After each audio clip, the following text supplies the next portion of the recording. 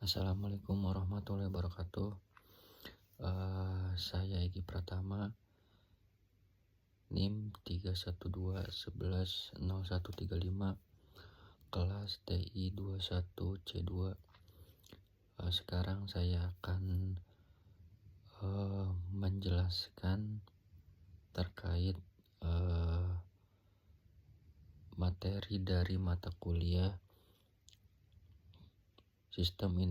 pengembangan sistem informasi dan aplikasi IoT untuk informatik engineering. Dan dosen pengampu yaitu Bapak Asep Arwan Sulaiman ST MKom. Untuk di pertemuan 7 ini menjelaskan materi tentang keamanan dalam IoT.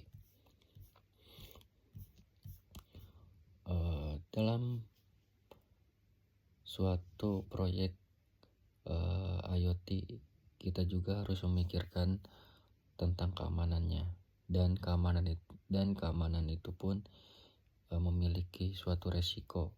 Keamanan dalam IoT yaitu IoT device face security risk such as hacking, data breach, and privacy violations. Protect your device with strong password and update. Jadi risiko keamanan dalam IoT itu di sini kita harus memikirkan terhadap device kita, khususnya dalam masalah keamanan, risiko terhadap hacking terhadap data dan privacy ya. Dan kita harus menyiapkan atau selalu mengupdate suatu password yang kuat terhadap device atau perangkat yang kita punya. Dan dalam IoT juga memiliki ancaman keamanan yang umum, yaitu serangan malware, pencurian data pribadi, serangan DDoS, atau distribute denial of service. Dan untuk yang berikutnya yaitu metode keamanan IoT yang sedang digunakan. Metodenya yaitu meliputi enkripsi data, autentikasi yang kuat, pemantauan jaringan, dan pembaruan perangkat lunak secara teratur untuk mengurangi risiko serangan. Jadi dalam suatu device itu apabila kita memiliki perangkat, kita harus sering atau mengupdate perangkat lunak dalam device kita agar terhindar dari serangan atau mengurangi risiko dari serangan para hacking gitu. Dan kita juga harus secara kontinu mengubah suatu autentikasi yang kuat. Jangan terus-menerus menggunakan menggunakan autentikasi yang seperti yang itu terus, apalagi yang tidak kuat, yang gampang diketahui oleh para hacking atau orang yang memiliki niat yang ingin meretas. Lalu ada enkripsi end-to-end untuk mengamankan data. Sistem autentikasi ganda untuk akses yang lebih aman. Pemantauan jaringan untuk mendeteksi aktivitas mencurigakan. Jadi enkripsi end-to-end ini selain karena fungsinya untuk mengamankan data, jadi kita harus mengautentikasikannya itu secara ganda ya, biar menjadi lebih aman dan bisa memantau atau mendeteksi sesuatu serangan atau aktivitas yang menurut kita mencurigakan. Terus bahaya yang mungkin terjadi, kerusakan pada sensor atau aktuator bisa mengancam keselamatan dan menyebabkan kerugian finansial. Pastikan perlengkapan terpasang dengan benar dan dirawat dengan baik. Jadi untuk mencegah suatu serangan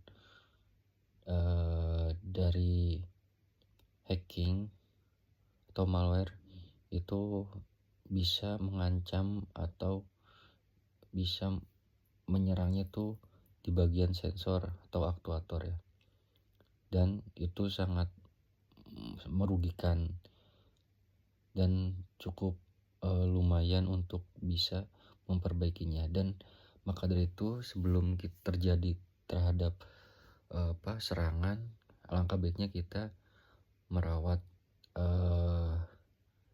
perangkat yang kita miliki.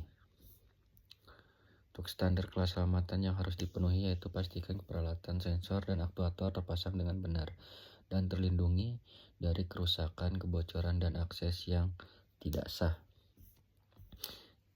Yang berikutnya yaitu cara memastikan keamanan. Pastikan instalasi sensor dan aktuator sesuai dengan petunjuk pengguna. Lindungi sensor dan aktuator dari paparan lingkungan yang tidak sesuai. Lakukan perawatan rutin dan pemeriksaan berkala untuk mendeteksi kerusakan atau keausan. Jadi untuk memastikan suatu keamanan dalam IoT itu, kita harus selalu memastikan instalasi sensor dan aktuator sesuai dengan petunjuk pengguna. Apakah sudah benar sesuai dengan petunjuk apa belum? Karena apabila kita instalasinya itu tidak sesuai dengan petunjuk, maka akan ada dampak negatifnya di waktu yang akan datang. Dan lindungi sensor dan aktuator paparan lingkungan yang tidak sesuai. Ya, jadi sensor itu sangat sensitif ya. Jadi karena lingkungannya yang tidak sesuai bisa menyebabkan kerusakan atau bisa terjadinya suatu error sistem. Dan yang paling penting yaitu melakukan suatu perawatan rutin atau maintenance ya. Dan harus diperiksa secara berkala apakah terdapat kerusakan atau keausan pada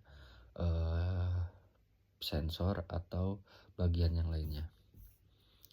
Dan teknologi yang dapat digunakan itu sensor ultrasonik untuk mendeteksi jarak, sensor suhu untuk mengukur suhu lingkungan, aktuator elektromagnetik untuk menggerakkan perangkat.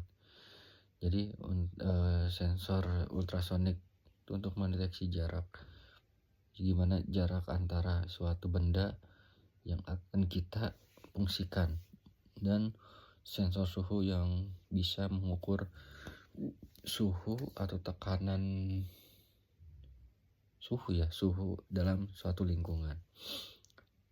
Dan aktuator elektromagnetik untuk menggerakkan suatu perangkat. Jadi kita butuh suatu aktuator elektromagnetik yaitu untuk menggerakkan yang berhubungan dengan benda kerja. Ya. Terima kasih. Sekian dari ringkasan penjelasan dari saya. Wabillahi taufiq wal hidayah. Wassalamualaikum warahmatullahi wabarakatuh.